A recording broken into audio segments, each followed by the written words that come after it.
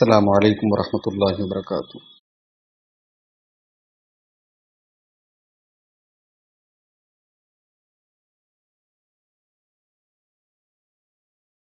الحمد للہ نحمده ونستعینه ونستغفره ونعوذ باللہ من شرور انفسنا ومن سیئات اعمالنا، من يهده الله فلا مضل له ومن يضلل فلا هادي له،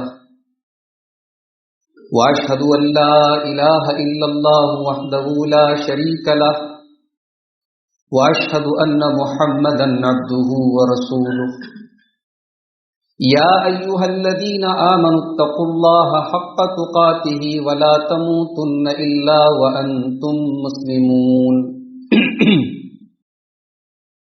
يا أيها الناس اتقوا ربكم الذي خلقكم من نفس واحدة وخلق منها زوجها وبث منهما رجالا كثيرا ونساء، واتقوا الله الذي تساءلون به والأرحام إن الله كان عليكم رقيبا۔ يا أيها الذين آمنوا اتقوا الله وقولوا قولا سديدا يصلح لكم أعمالكم ويغفر لكم ذنوبكم، ومن يطع الله ورسوله فقد فاز فوزا عظيما۔ أما بعد فإن خير الحديث كتاب الله، وخير الهدي هدي محمد صلى الله عليه وسلم، وشر الأمور محدثاتها وكل محدثة بدعة وكل بدعة ضلالة وكل ضلالة في النار۔ أعوذ بالله من الشيطان الرجيم، بسم الله الرحمن الرحيم۔ وَقَضَى رَبُّكَ أَلَّا تَعْبُدُوا إِلَّا إِيَّاهُ وَبِالْوَالِدَيْنِ إِحْسَانًا إِمَّا يَبْلُغَنَّ عِندَكَ الْكِبَرَ أَحَدُهُمَا أَوْ كِلَاهُمَا فَلَا تَقُل لَّهُمَا أُفٍّ وَلَا تَنْهَرْهُمَا وَقُل لَّهُمَا قَوْلًا كَرِيمًا۔ صدر محترم، علماء کرام، محترم بزرگوں، نوجوان ساتھیوں، پردہ نشین ماں اور بہنوں، پیارے بچوں، اتحاد ابناء سلفیہ کی طرف سے آج اس مسجد میں یہ پروگرام رکھا گیا ہے۔ اس سے پہلے کہ میں جس موضوع پر گفتگو کرنے کا ارادہ ہے میں اس پر آؤں، کیونکہ آج کا یہ پروگرام بھی لائیو ہو رہا ہے اور اب دھیرے دھیرے موبائل اور یوٹیوب وغیرہ پر تقریریں سننے کا رجحان بہت بڑھ رہا ہے۔ اس کا ایک اچھا پہلو ہے کہ لوگ گھر بیٹھے تقریر سن رہے ہیں، علماء سے استفادہ کر رہے ہیں، مگر ایک بہت ہی افسوسناک پہلو بھی ہے۔ اس طریقے کی مجلسوں میں اب عوام کی حاضری دن بدن کم ہو رہی ہے، اور خاص طور سے جو پروگرام لائیو ہوتے ہیں تو بہت سارے لوگوں کو یہ لگتا ہے کہ کیا ضرورت ہے وہاں جانے کی، ہم گھر بیٹھے سن لیں گے۔ یہ بہت بڑی کوتاہی ہے میرے بھائی۔ آپ اپنی مصروفیات کو چھوڑ کر کے اللہ کے گھر میں دین کی باتوں کو سننے کے لیے بیٹھے ہیں، یہ خود اپنے آپ میں بہت بڑی نیکی ہے۔ وہ گھر بیٹھ کر کے لائیو سننے والا یہ نیکی نہیں پا سکتا۔ بھئی کوئی دور رہ رہا ہے، کوئی سننے کا شوق رکھتا ہے، وہ دور ہے، الگ مسئلہ ہے، مگر مقامی لوگ بھی یہ پروگراموں میں شرکت نہیں کر رہے ہیں، اور یہ مسئلہ اب دھیرے دھیرے ہر جگہ کا ہو رہا ہے۔ تو میں اس طرف آپ کی توجہ ضرور لے کے جانا چاہتا ہوں کہ اگر آپ کے علاقے میں پروگرام ہے تو آپ شرکت کی کوشش کریں، خواتین کو لے کر کے آئیں، بچوں کو لے کر کے آئیں۔ پہلے ہمارے علماء کے جب بیانات ہوتے تھے، آپ حیرت کریں گے، ابھی میں مہاراشٹر کے سفر پہ گیا تھا، آکوٹ ایک جگہ ہے، مہاراشٹر میں اکولا میں آکوٹ ایک جگہ ہے، وہاں 1962 کا ایک اشتہار میں نے دیکھا، پروگرام کا اشتہار، بنارس سے علامہ ابو القاسم صاحب بنارسی کے جو بھائی تھے مناظر اسلام، کیا نام تھا ان کا، جو وہاں رہتے تھے چندوسی میں جو رہتے تھے،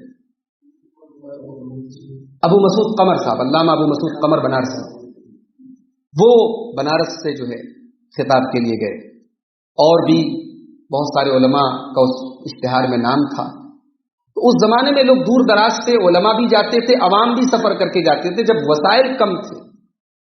اور آج حالات یہ ہمارے محلے میں پروگرام ہوتا ہے، ہمارے گھر کے پڑوس میں ہوتا ہے، ہم شرکت نہیں کرتے۔ یہ بہت بڑی بدنصیبی ہے میرے بھائی، بے توفیقی کی بات ہے۔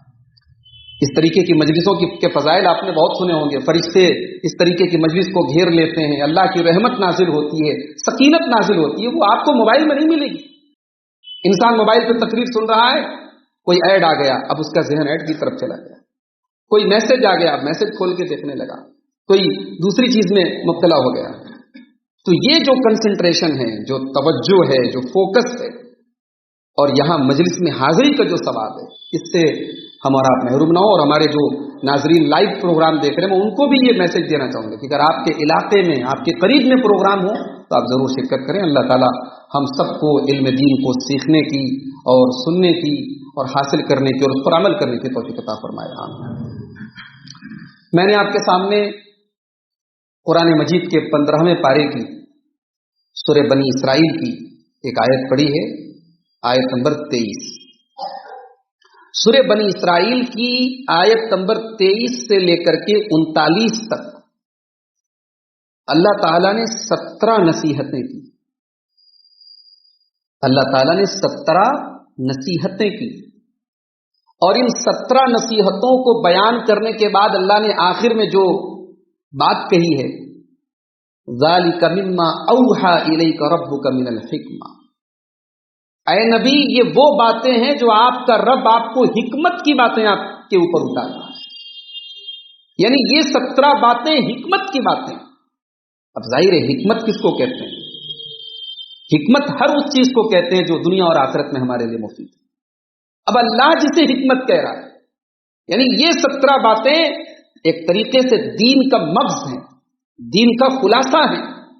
ان 17 احکام جو آیت نمبر سورہ بنی اسرائیل کی آیت نمبر 23 سے لے کر کے 39 تک جو 17 باتیں اللہ نے بتائی ہیں، اگر ہم غور کریں تو ہماری دنیا اور آخرت کا سامان اس کے اندر موجود ہے۔ میں چاہتا ہوں کہ آج ہم انہی 17 باتوں پر غور کریں کہ اللہ تعالیٰ نے کون سی وہ باتیں ہمیں بتائی جن کو اللہ خود کہہ رہا ہے کہ اے نبی یہ حکمت کی باتیں ہیں جو ہم آپ کو بتا رہے ہیں۔ تو آئیے شروع کرتے ہیں قرآن کا 15واں پارہ سورہ بنی اسرائیل آیت نمبر 23۔ وَقَضَىٰ رَبُّكَ أَلَّا تَعْبُدُوا إِلَّا إِيَّاهُ، پہلا حکم ہے اللہ کا۔ وَقَضَىٰ رَبُّكَ أَلَّا تَعْبُدُوا إِلَّا إِيَّاهُ، تیرے رب کا یہ فیصلہ ہے، تیرے رب کا یہ حکم ہے، تیرے رب کا یہ فرمان ہے کہ عبادت نہ کرو مگر اسی کی۔ توحید والے بن جاؤ، ایک اللہ کی عبادت کرنے والے بن جاؤ، یہ اللہ کا پہلا حکم ہے۔ توحید کے بغیر نہ دنیا میں کامیابی ہے نہ آخرت میں کامیابی، نہ دنیا میں سکون ہے نہ آخرت میں امن ہے۔ الذین آمنوا ولم یلبسوا ایمانہم بظلم اولئک لہم الامن وہم مہتدون۔ سورہ انعام میں اللہ نے فرمایا جو لوگ ایمان لائے اور انہوں نے اپنے ایمان کے ساتھ شرک کو نہیں ملایا، وہی لوگ ہیں جن کو امن اور شانتی ملے گی، نجات ملے گی، اور وہی لوگ ہدایت والے، ہدایت یافتہ ہیں۔ اللہ کیا ہماری نیکیاں قبول نہیں ہیں بغیر توحید؟ شرط ہے اللہ کی پہلی شرط ہے کہ تمہارے اندر توحید ہے کہ نہیں۔ اسی سورہ بنی اسرائیل میں اللہ تعالیٰ نے فرمایا وَمَنْ أَرَادَ الْآخِرَةَ وَسَعَى لَهَا سَعْيَهَا وَهُوَ مُؤْمِنٌ فَأُولَئِكَ كَانَ سَعْيُهُمْ مَشْكُورًا۔ اللہ نے فرمایا کہ اگر تم چاہتے ہو کہ تمہاری نیکی اللہ کے یہاں قبول ہو تو 3 شرطیں ہیں، 3 چیزیں تمہاری نیکی کے اندر ہونی چاہیے۔ پہلی چیز اخلاص ہونا چاہیے۔ وَمَنْ أَرَادَ الْآخِرَةَ، تم آخرت کو بنانے کے مقصد سے وہ نیکی کا کام کرو، وَسَعَى لَهَا سَعْيَهَا، اور عمل کرو، کوشش کرو، اور تیسری چیز وَهُوَ مُؤْمِنٌ، تم ایمان والے بن جاؤ، توحید والے بن جاؤ، آخرت کا تمہارا ارادہ ہو اور تم کوشش بھی کرو، پھر ارادے پر نہ چھوڑ دو اور ایمان والے توحید والے بن جاؤ، تو اللہ کا وعدہ ہے فَأُولَٰئِكَ كَانَ سَعْيُهُمْ مَشْكُورًا، یہی وہ لوگ ہیں جن کی نیکی اللہ تعالیٰ کے یہاں قبول کی جائے گی، جن کی نیکی کی اللہ تعالیٰ کے یہاں قدر کی جائے گی۔ تو یہ پہلا حکم ہے اللہ کا، شرک نہیں ہونا چاہیے۔ آج کتنے مسلمان ہیں تو شرک کا مطلب نہیں جانتے، توحید کا مطلب نہیں جانتے، شرک ہو رہا ہے۔ اللہ کے پیارے نبی صلی اللہ علیہ وسلم نے اپنی وفات کے پہلے جو خدشہ ظاہر کیا تھا، آپ نے اپنی امت کو قبر پرستی کے فتنے سے روکا تھا۔ آج امت کا ایک بڑا طبقہ قبر پرستی کے فتنے میں مبتلا ہے۔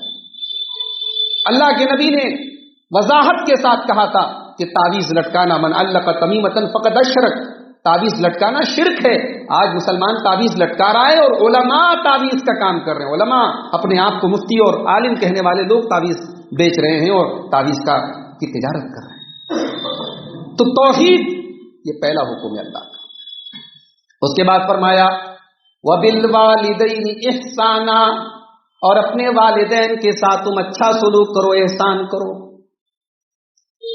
بس اتنا کہہ دیتا اللہ کافی تھا، والدین کے ساتھ احسان کرو، اس میں ساری چیزیں آ گئی، زبان سے، عمل سے، مال سے، ہر اعتبار سے ان کے ساتھ بھلائی کرو۔ لیکن آگے اللہ نے اس کو تھوڑا سا اور ایکسپینڈ کیا، اس حکم کو تھوڑا سا اور واضح کیا۔ والدین کو ہمارے احسان کی سب سے زیادہ کب ضرورت ہے؟ اما یبلغن عندک الکبر احدہما او کلاہما، جب تمہارے والدین میں سے کوئی ایک یا دونوں تمہارے پاس بڑھاپے کو پہنچ جائیں، اس پر بھی غور کیجیے، تمہارے پاس۔ آج ہمارے یہاں جو فیملی سسٹم ہے، دو ٹائپ کے فیملی سسٹم، ایک جوائنٹ فیملی سسٹم، ایک سیپریٹ فیملی سسٹم، مشترکہ خاندانی نظام، علیحدہ خاندانی نظام۔ مشترکہ کا مطلب ساتھ میں اور علیحدہ کا مطلب بالکل الگ۔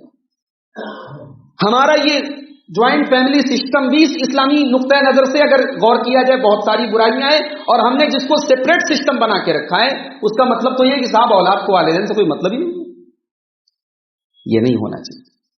بڑے بدنصیب ہیں وہ لوگ جو قرآن کی اس آیت پر عمل کرنے سے قاصر، جس کی ماں زندہ ہو اور اس کے پاس نہ ہو، جس کا باپ زندہ ہو اور اس کے پاس نہ ہو، قرآن کی اس آیت پر عمل کرنے سے قاصر۔ اللہ نے کیا کہا؟ اما یبلغن عندک الکبر، جب تیرے والدین تیرے پاس بڑھاپے کو پہنچ جائیں، والدین تمہارے پاس ہونے چاہیے۔ زندگی کے سفر میں جتنی بھی ترقی کر لو، کامیابی کے جتنے بھی مدارج طے کر لو، والدین تمہارے پاس ہونے چاہیے۔ اور جب ان میں سے کوئی ایک بوڑھا ہو جائے، اللہ نے ایک کا ذکر پہلے کیا اور دونوں کا ذکر بعد میں، اما یبلغن عندک الکبر احدہما او کلاہما، جب دونوں میں سے کوئی ایک بوڑھا ہو جائے یا دونوں بوڑھے ہو جائیں۔ اللہ نے ایسا کیوں نہیں کہا کہ دونوں بوڑھے ہو جائیں یا کوئی ایک بوڑھا؟ اللہ نے ایک کا ذکر پہلے کیوں کیا؟ اس لیے کہ والدین جب ایک بچے، ماں چلی جائے یا باپ چلا جائے، تو وہ جو ایک بچتا ہے نا، وہ زیادہ بے بس ہوتا ہے، اس کے پاس اپنے سکھ دکھ شیئر کرنے والا کوئی نہیں ہوتا، اپنے دل کی بھڑاس نکالنے والا کوئی نہیں ہوتا، اپنی شکایتیں کرنے والا کوئی نہیں ہوتا، اپنا پیار جتانے والا کوئی نہیں ہوتا۔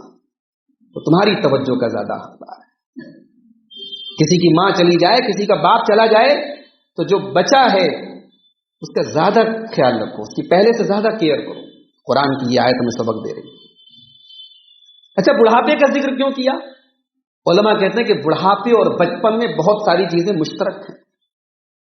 بچپن میں انسان ضدی ہوتا ہے، بچہ ضدی ہوتا ہے، ایک ہی چیز کو بار بار مانگتا ہے، طلب کرتا ہے، ایک ہی چیز کو بار بار سوال کرتا ہے، مگر والدین بچوں کی ضد پوری کرتے ہیں۔ والدین یہ سوچ کر کے بچے کی ضد پوری کرتے ہیں یہ بچہ ہے، بچے کی 100 شرارتیں والدین معاف کر دیتے ہیں یہ سوچ کر کے یہ بچہ ہے۔ اب جب وہی انسان بڑھاپے کو پہنچتا ہے تو وہ ذہنی اعتبار سے بچہ ہو جاتا ہے۔ جیسے بچہ یہ چاہتا ہے کہ اس کی تعریف کی جائے، اس کو کوئی کمزور نہ کہے، اس کے دماغ کی، اس کی ذہانت کی تعریف کی جائے۔ آپ کا بوڑھا باپ بھی آپ سے یہ چاہتا ہے کہ آپ اس کے بڑھاپے کا مذاق نہ اڑائیں۔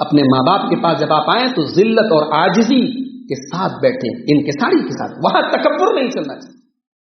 اپنے باپ کے سامنے پالتی مار کے اور پیر پھیلا کے متکبرین کی طرح اور گھمنڈیوں کی طرح نہ بیٹھو. اللہ نے اپنے والدین کے سامنے بیٹھنے کا طریقہ بتایا. یہاں تو ماں کے پاس جاتے ہیں، بیٹھ کر کے موبائل پر دنیا بھر کی چیزیں دیکھ رہے ہیں، کر رہے ہیں. ماں سے بات ہو رہی، توجہ موبائل پر. اللہ کے بندے، اپنے ماں باپ کے پاس اگر آپ جا کر کے بیٹھتے ہیں نا تو 2-4 منٹ کے لیے اپنے موبائل کو سائلنٹ کر دو. وہ ایک زمانہ ایسا ہوتا ہے، بڑھاپے کا وقت ایسا ہوتا ہے کہ ماں چاہتی ہے کہ میری بے مطلب باتوں میں میرا بیٹا بیٹھ کے سنے. کبھی کبھی ایسا ہوتا ہے کہ بڑا بیٹا ماں کا زیادہ خیال رکھ رہا ہے، ماں کی دوا لا رہا ہے، ماں کو کھانا لا کے دے رہا ہے. چھوٹا بیٹا یہ سب تو نہیں کر رہا ہے، لیکن وہ ڈیلی آدھا گھنٹہ ماں کے پاس آگے بیٹھتا ہے. اور بوڑھی ماں جو ہے وہ اس کے سامنے فضول کی باتیں، دماغ برابر کام نہیں کر رہا ہے. وہ ہمارے یہاں ایک لفظ بولتے ہیں نا، سٹھیا جانا. حقیقت میں 60 کے پار بڑھاپے کی عمر میں جب انسان پہنچتا ہے تو بہت ساری باتیں ایسی کہنے لگتا ہے جس کا کوئی مطلب نہیں ہوتا. تو وہ چھوٹا بیٹا جو ہوتا ہے وہ بوڑھی ماں کی ان بے مطلب باتوں کو اتنے غور سے سنتا ہے جیسے لگتا ہے کہ دنیا میں سب سے کام کی بات نہیں بتا رہی. تو ماں اس بڑے بیٹے کے مقابلے میں اس چھوٹے بیٹے کو زیادہ توجہ دیتی ہے. کیوں؟ ماں آپ کی دوائیں اور آپ کے پیسے اور آپ کے مال سے زیادہ آپ کی توجہ چاہتی ہے. میرے بھائی، آپ کا باپ آپ کی توجہ چاہتا ہے. اللہ نے یہاں وہ نقطہ بھی ہمیں دیا. وَاخْفِضْ لَهُمَا جَنَاحَ الذُّلِّ مِنَ الرَّحْمَةِ، اپنے والدین کے لیے عاجزی اور رحمت کے بازو بچھا دو. وَقُلْ رَبِّ ارْحَمْهُمَا كَمَا رَبَّيَانِي صَغِيرًا، اور یہ دعا کیا کرو کہ اے میرے پروردگار، اے میرے رب، میرے ماں باپ نے مجھے پالا ہے، میری تربیت کا حق ادا کیا ہے. اللہ میں ان کا مقابلہ، میں ان کے حق کو ادا تو نہیں کر سکتا. اے اللہ میں تجھے سونپ دیتا ہوں کہ تو رحم فرما، میں تیری رحمت کے حوالے کرتا ہوں. میں اپنے والدین کی تربیت کا حق ادا نہیں کر سکتا. اس آیت کی تفسیر میں علماء نے لکھا ہے کہ استاد کو معلم کو جو ہے اس کو بھی باپ کیوں کہا جاتا ہے؟ استاد کو بھی عربی میں باپ کہا جاتا ہے احترام. کیوں؟ کیونکہ استاد بھی آپ کی تربیت کرتا ہے. والدین کا سب سے بڑا احسان انہوں نے آپ کی تربیت کی، آپ کی پرورش میں، آپ کو سمجھدار بنانے میں، آپ کے شعور کو، آپ کی عقل کو پختہ بنانے میں ان کا بہت بڑا کردار ہے. تو یہاں اللہ نے جو دعا سکھائی، بڑی چھوٹی سی دعا ہے، بڑی جامع دعا ہے. رب ارحمہما کما ربیانی صغیرا، اے اللہ میرے رب میرے والدین پر رحم فرما جس طرح بچپن میں انہوں نے مجھے پالا ہے. اچھا، آپ کوئی ایسا بھی ہو سکتا ہے اسے ماں باپ کی قدر تو معلوم ہوئی، ماں باپ کے لیے دعائیں بھی کرتا ہے، لیکن ماں باپ زندہ تھے تو ان کی کچھ خاص خدمت نہیں کر سکتا، اسے احساس ہے. اب آگے اللہ نے ایسے لوگوں کا بھی ذکر کیا، ان تکونوا صالحین ربکم اعلم بما فی انفسکم ان تکونوا صالحین فانہ کان للاوابین غفورا. اللہ نے کہا تمہارے دل میں کیا چل رہا ہے اللہ کو پتا ہے. لوگ تمہاری تعریف کر رہے ہیں، تم حقیقت میں کیا ہو، تمہارے دل میں کیا اللہ کو پتا ہے. لوگ تمہارے بارے میں بدگمان ہیں، تب بھی تم مت گھبراؤ. ربکم اعلم بما فی انفسکم، تمہارے دلوں کے حالات تو اللہ جانتا ہے. ان تکونوا صالحین، اگر حقیقت میں تم نیک ہو، فإنہ کان للأوابین غفورا، تو اللہ تعالیٰ ان لوگوں کو معاف کر دینے والا ہے جو اوابین ہیں. سعید ابن مسیب کہتے ہیں اوابین کس کو کہا جاتا ہے، اواب کس کو کہا جاتا ہے؟ اواب کا مطلب بار بار پلٹنے والا. سعید ابن مسیب کہتے ہیں کہ اواب اس کو کہا جاتا ہے جو گناہ کرتا ہے پھر توبہ کرتا ہے، پھر کبھی گناہ ہو جاتا ہے پھر توبہ کرتا ہے، پھر کبھی گناہ ہو جاتا ہے پھر بار بار توبہ کرتا ہے. گناہ کا بار بار ہو جانا یہ انسان ہونے کے ناطے ممکن ہے، لیکن اگر آپ کو توبہ کی توفیق ہو رہی ہے تو یہ بہت بڑا اللہ کا کرم ہے آپ کے اوپر، اور آپ اوابین میں شامل ہو سکتے ہیں. اگر آپ نیک ہیں فإنہ کان للأوابین غفورا، اللہ تعالیٰ اوابین کو، رجوع کرنے والوں کو، پلٹنے والوں کو معاف کرنے. اب والدین کا ذکر کر دیا، اب اس کے بعد اللہ نے فرمایا وآت ذی القربى حقہ والمسکین وابن السبیل، رشتہ دار کو تم اس کا حق دو، اور اسی طریقے سے مسکین کو تم اس کا حق دو، اور پردیسی کو اس کا حق دو. ہمارا کوئی رشتہ دار ہے، غریب ہے، ضرورت مند ہے، اگر اسے ضرورت ہے اور ہم اس کی مدد کر رہے ہیں، بھائی ہم کوئی احسان نہیں کر رہے ہیں، اس کا حق تھا ہمارے مال میں. قرابت خود اپنے آپ میں ایک حق ہے.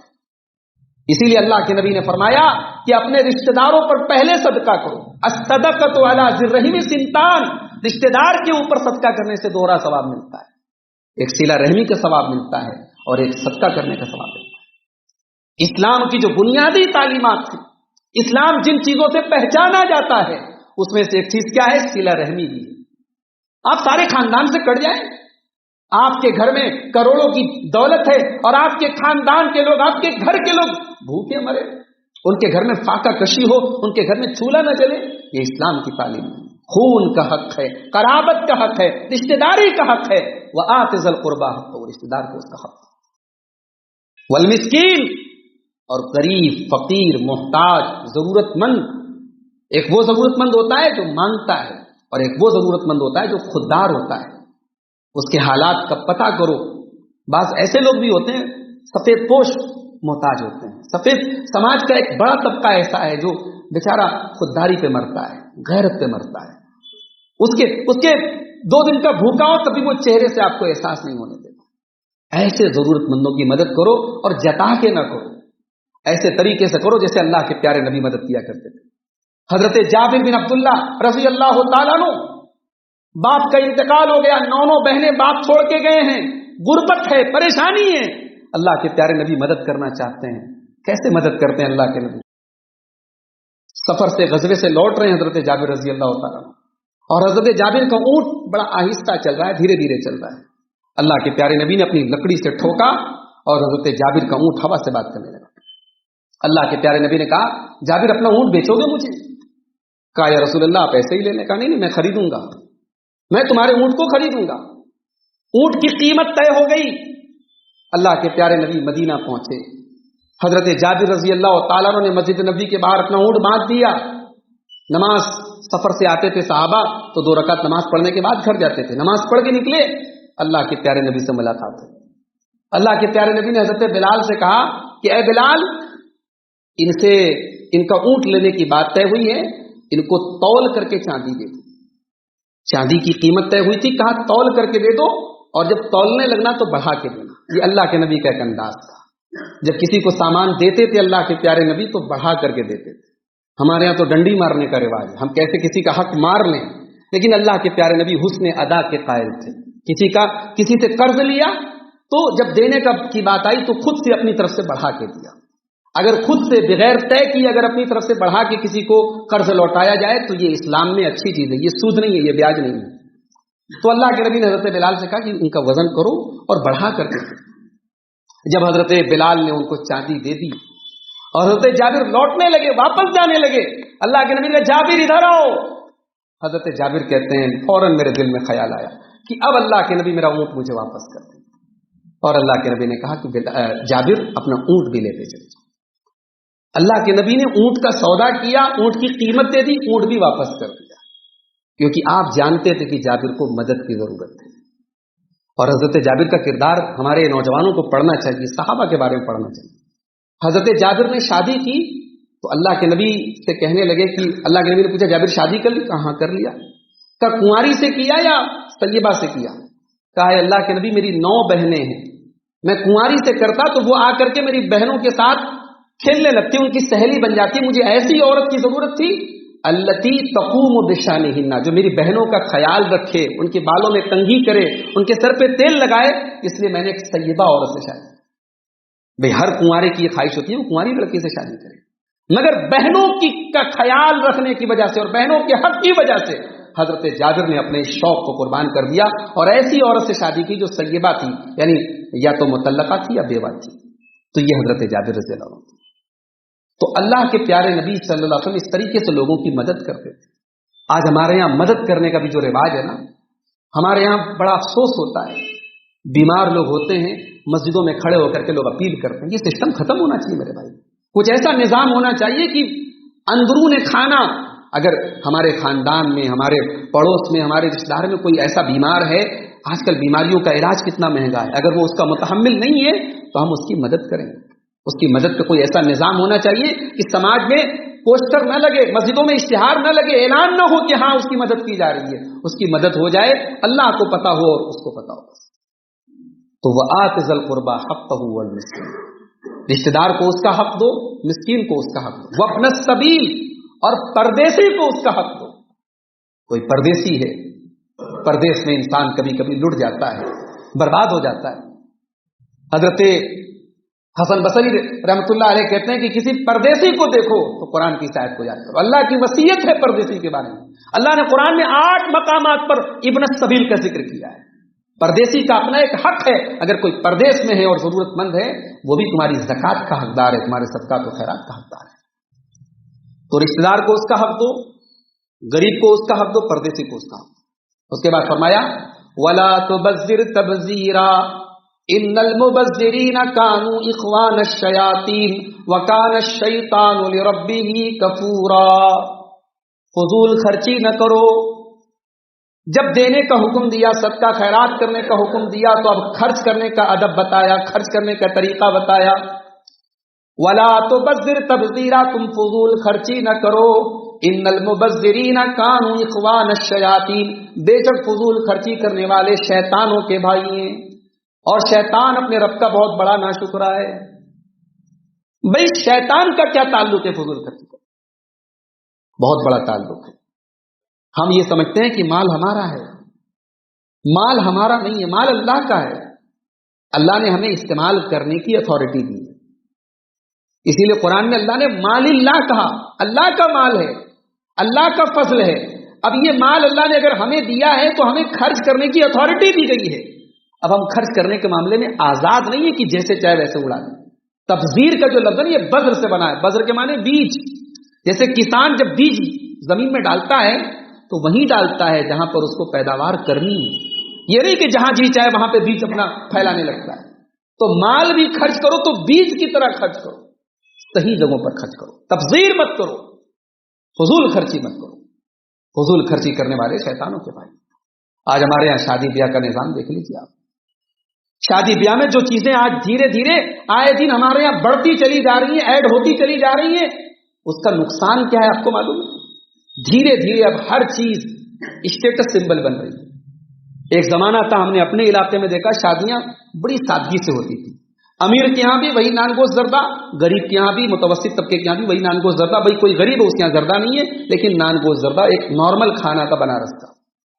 اب صاحب کھانے میں اتنی ویرائٹی ہے، ڈیکوریشن میں اتنی ویرائٹی ہے، اب گھروں میں اتنی کشادگی نہیں۔ اب ظاہر ہے شادیاں لان سے ہو رہی ہیں، اب جب لان سے ہو رہی ہیں تو لان کے تکلفات بھی ہو رہے ہیں، نئے نئے طریقے فضول خرچی کرنے کے ہمارے یہاں رائج ہو رہے ہیں۔ آج امت کی کتنی بیٹیاں ہیں جن کی عمر نکل رہی ہے، ان کے باپ مجبور ہیں ان کی شادی کرنے کے لیے، اور ہم کروڑوں لٹا رہے اپنی بیٹیوں کے زیورات پر، صرف اس لیے کہ ہمارا نام ہو کہ ہم نے اپنی بیٹی کو اتنے کروڑ کے زیورات دیے۔ دولت خرچ کرنے کے میرے بھائیوں بہت مسائل ہیں، کتنے غریب بچے ہیں جو بیچارے غربت کی وجہ سے اپنی تعلیم کو جاری نہیں رکھ پاتے۔ کوئی بیکنگ کرنے والا مل جائے تو ان کی صلاحیت اور ان کے ٹیلنٹ کو کوئی سہارا مل جائے، کوئی سپورٹ مل جائے، اور امت کو کوئی بڑا دائی، کوئی عالم مل جائے، کتنی صلاحیتیں پنپنے کے پہلے مر جاتی ہیں۔ مگر آج امت کا خوشحال طبقہ اور امت کا امیر طبقہ اپنی فضول خرچیوں میں، اپنی عیاشیوں میں مبتلا ہے۔ میرے بھائیوں، اپنے کھانے پینے میں، اپنے اوڑھنے پہننے میں ٹھیک ہے، اللہ نے اگر آپ کو نوازا ہے، اللہ کے نبی کی یہ بھی حدیث ہے کہ اللہ نے اگر آپ کو نعمت دی ہے تو نعمت ظاہر ہونی چاہیے، اچھا کھاؤ، اچھا پہنو، مگر آپ اچھی طریقے سے جانتے ہیں کہ فضول خرچی کیا ہے اور اعتدال کیا ہے۔ ہر انسان اپنی چادر کے حساب سے اپنا پیر پھیلائے، ہر انسان اپنی حیثیت کے اعتبار سے خرچ کرے، اور قرآن کی اس آیت کو ہمیشہ اپنے سامنے رکھے، اور اللہ کے پیارے نبی کی اس حدیث کو بھی سامنے رکھے کہ قیامت کے دن سوال کیا جائے گا، قیامت کے دن 5 سوال کیے جائیں گے جن کا جواب دیے بغیر کوئی ہل نہیں سکتا۔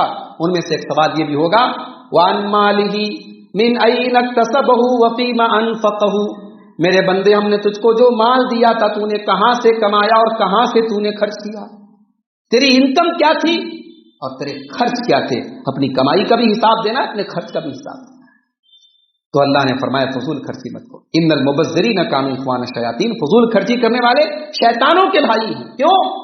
کیونکہ آپ شیطان کو سپورٹ کر رہے ہیں، شیطان کو مضبوط کر رہے ہیں فضول خرچی کر کے۔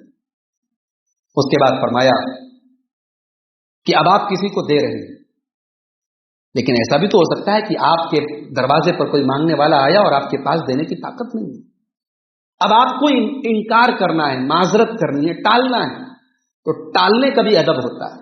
اللہ نے ٹالنے کا طریقہ بھی بتایا. اگر آپ کے پاس مدد کرنے کی حیثیت نہیں ہے تو جھڑک کر کے، ڈانٹ کر کے سامنے والے کو ذلیل اور رسوا کر کے نہ بھگاؤ. وَإِمَّا تُعْرِضَنَّ عَنْهُمْ ابْتِغَاءَ رَحْمَةٍ مِّن رَّبِّكَ تَرْجُوهَا فَقُل لَّهُمْ قَوْلًا مَّيْسُورًا.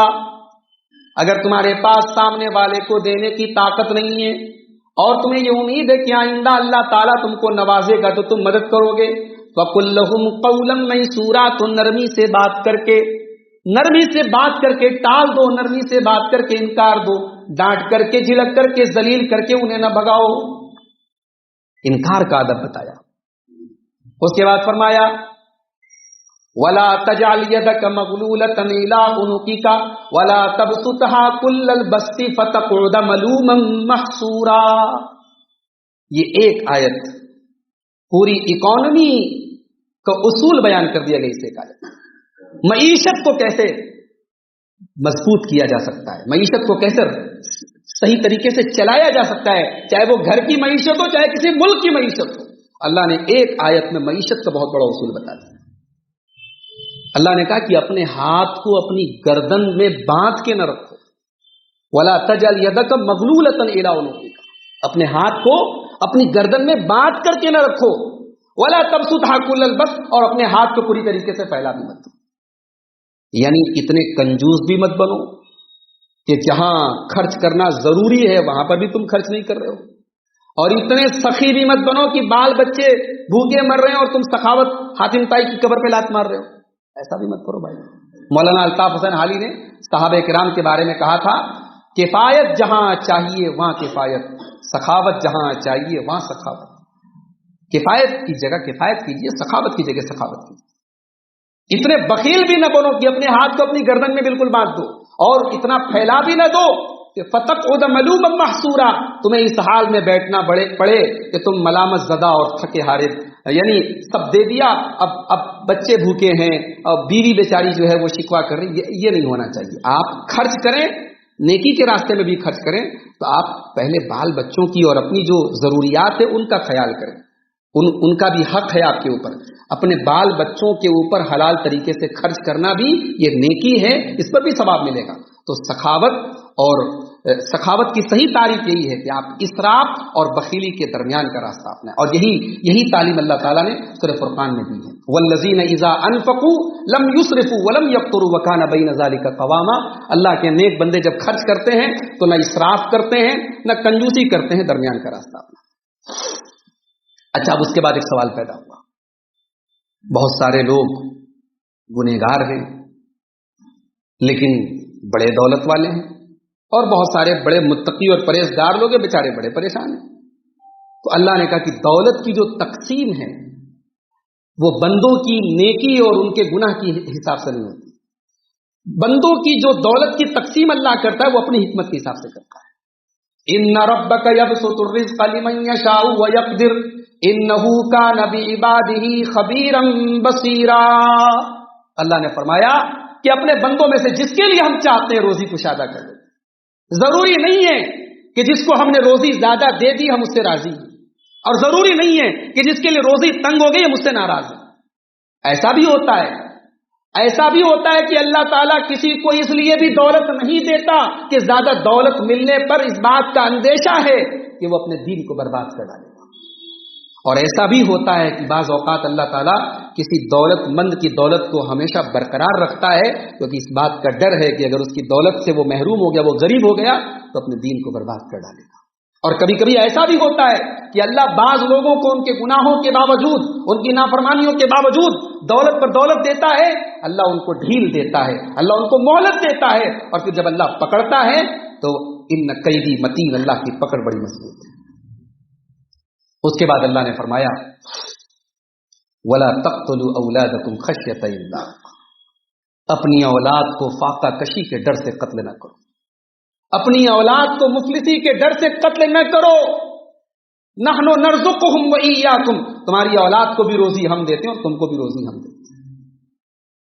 فیملی پلاننگ کے نام پر آج جو ذہنوں میں یہ بیٹھا ہوا ہے نا، ہمارے بچے کھائیں گے کیسے، اللہ نے کہا تمہارے بچے اپنا مقدر لے کے آتے ہیں، تمہیں بھی روزی ہم دیتے ہیں، تمہارے بچوں کو بھی روزی ہم دیتے ہیں، اس بنیاد پر تم اپنی آنے والی اولاد کو دنیا میں نہ آنے دو، اور اس بنیاد پر تم اپنی اولاد کو قتل کر دو۔ ماں کے پیٹ میں آج اولاد کو قتل کر دیا جاتا ہے۔ تو قتل اولاد صدیاں گزر گئیں، انسان ترقی کر گیا، مگر آج بھی اولاد کا قتل ہو رہا ہے۔ اتنے گھرانے ہیں جہاں 3 بیٹیاں ہوئیں، چوتھی بیٹی آئی تو کوئی خوش نہیں ہے، کسی کے چہرے پر خوشی نہیں ہے، ساس کا چہرہ اترا ہوا ہے، شوہر کا چہرہ اترا ہوا ہے۔ بھئی اس بچی کا کیا قصور ہے بھائی؟ اللہ جس کو چاہتا ہے بیٹا دیتا، اللہ جس کو چاہتا ہے بیٹی۔ کتنے لوگ ہیں جو بے اولاد ہیں، باج ہیں۔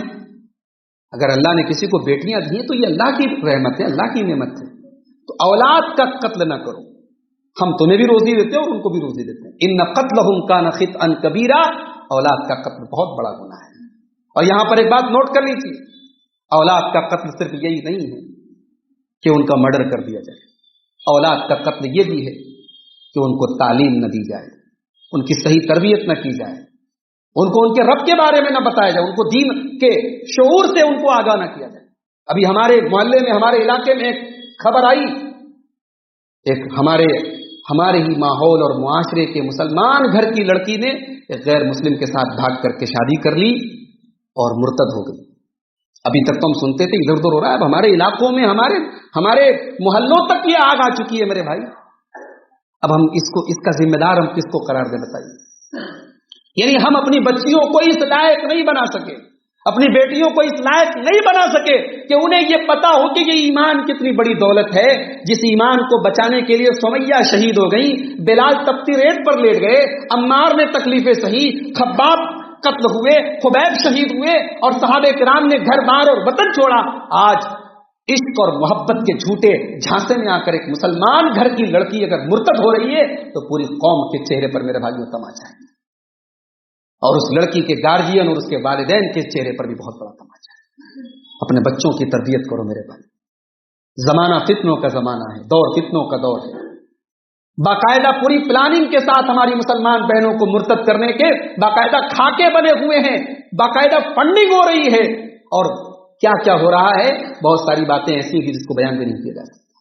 ہمیں اور آپ کو اس طوفان کے مقابلے میں اپنے بچوں کو تیار کرنا ہے، اور بڑا سمپل ہے، اپنے بچوں کو قرآن و حدیث کی سیسا پلائی ہوئی دیوار میں ان کو اتنا مضبوط کر دو کہ ارتداد کا فتنہ ہو، انکار حدیث کا فتنہ ہو، دین کے اندر شک کا فتنہ ہو، الحاد کا فتنہ ہو، ہمارے بچے ان سارے فتنوں کے آگے بالکل مضبوطی کے ساتھ کھڑے رہے۔ اپنے بچوں کو اتنا مضبوط کریں۔ تو بچوں کو دین کے، آپ نے کانوینٹ میں پڑھایا، آپ کی بچیاں سمبین میں پڑھتی ہیں، سینٹ جانس میں پڑھتی ہیں، آپ اسی پر خوش ہیں۔ بہت کیا آپ نے، قرآن پڑھا دیا کسی مولانا کسی حافظ کو لگا کر، نہیں، یہ ناکافی ہے، یہ کافی نہیں ہے کہ آپ کی جوان بچی نے صرف قرآن پڑھا ہے۔ اپنی جوان بچیوں اور اپنے جوان بیٹوں کو دین کے نام پر آپ نے کیا سنایا؟ تقریریں نہیں سنتے آج کے نوجوان لڑکے، تقریریں نہیں سنتی آج کی نوجوان لڑکیاں، مطالعہ کرنے کا ان کے پاس نہ ٹائم ہے نہ شعور ہے۔ آپ نے بچپن سے لے کر کے جوانی تک انہیں دین کی تعلیم پہنچانے کا کیا بندوبست کیا ہے؟ اس کے لیے آپ کو اللہ تعالیٰ کے جواب دینا پڑے۔ وَلَا تَقْتُلُوا أَوْلَادَكُمْ خَشْيَةَ إِمْلَاقٍ، اپنی اولاد کو مفلسی کے ڈر سے قتل نہ کرو۔ اولاد کو تعلیم و تربیت سے محروم کرنا یہ بھی قتل میں شامل۔ اس کے بعد فرمایا وَلَا تَقْرَبُوا الزِّنَا إِنَّهُ كَانَ فَاحِشَةً وَسَاءَ سَبِيلًا، زنا کے قریب بھی نہ جاؤ۔ یہ نہیں کہ زنا مت کرو، زنا وہ خطرناک راستہ ہے کہ اس کی بارڈر کے آس پاس بھی تمہیں نہیں جانا ہے۔ بے پردگی زنا تک لے کے جانے والی، غیر محرم مرد و عورت کا ملنا جلنا زنا تک لے کے جانے والا ہے۔ گھر میں غیر محرموں کا جوان لڑکیوں کے سامنے آ کر کے ملنا جلنا باتیں کرنا، یہ زنا تک لے کے جانے والا راستہ ہے۔ ولا تقربوا الزنا، زنا کے قریب نہ جاؤ۔ اور کبھی آپ غور کیجئے گا نا، عورتوں کے تعلق سے اسلام کی جتنے ڈائریکشنز ہیں، جتنی تعلیمات ہیں، وہ سب اسی لیے ہیں۔ اسلام کی نظر میں سب سے پہلی پرائیورٹی یہی ہے کہ عورت کی عزت محفوظ ہے۔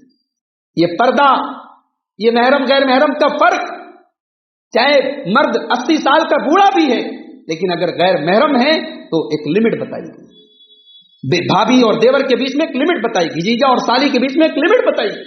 اللہ کے پیارے نبی نے فرمایا لا یخلون رجل بامرأۃ الا وثالثهما الشیطان، جب ایک مرد اور عورت تنہائی میں ملتے ہیں تو تیسرا شیطان ہوتا ہے۔ چاہے وہ مرد اپنے دور کا سب سے بڑا ولی ہو اور وہ عورت اپنے دور کی سب سے بڑی ولیہ ہو، سب سے بڑی متقی عورت ہو، اگر ایک مرد اور عورت اکیلے میں مل رہے ہیں تو ڈیفینیٹلی وہاں پہ تیسرا شیطان ہے، ڈیفینیٹلی وہاں پہ تیسرا شیطان ہے۔ تو اللہ نے کہا زنا کے قریب نہ جاؤ، انہ کان فاحشۃ وساء سبیلا، زنا یہ بڑا فحش کام ہے اور بڑا ہی برا راستہ ہے۔ ولا تقتلوا النفس التي حرم الله الا بالحق، اور کسی ایسے انسان کو تم قتل نہ کرو جس کی جان کو اللہ تعالیٰ نے حرام قرار دیا ہے، جس کی جان لینا تمہارے لیے جائز نہیں ہے، تم ایسے انسان کو قتل نہ کرو الا بالحق، مگر جہاں شریعت کا حکم ہے، جیسے قصاص کا حکم ہے، قتل کے بدلے قتل ہے اسلام میں، جیسے شادی شدہ زانی کی سزا ہے، سزائے موت ہے اسلامی حکومت کے اندر، جیسے مرتد کی سزا سزائے موت ہے، تو وہاں حق ہے۔ باقی کسی نردوش کی، کسی بے قصور کی ہتیا کرنے کی اجازت اسلام میں۔ ولا تقتلوا النفس التي حرم الله الا بالحق، اس کے بعد فرمایا کہ ومن قتل مظلوما فقد جعلنا لوليه سلطانا، اور جو قتل ہو گیا ہے اس کو ظالمانہ طریقے سے ظلم کر کے قتل کر دیا گیا ہے، اللہ نے کہا کہ ہم نے اس کے وارث کو اختیار دیا ہے۔ مان لیجئے کسی کا قتل ہو گیا، اب اس کے گھر والوں کو، اس کے وارثین کو اللہ نے اختیار دیا ہے کہ چاہے تو قصاص لے لے اور چاہے تو معاف کر دے، دیت لے لے، یہ اختیار دیا اللہ نے۔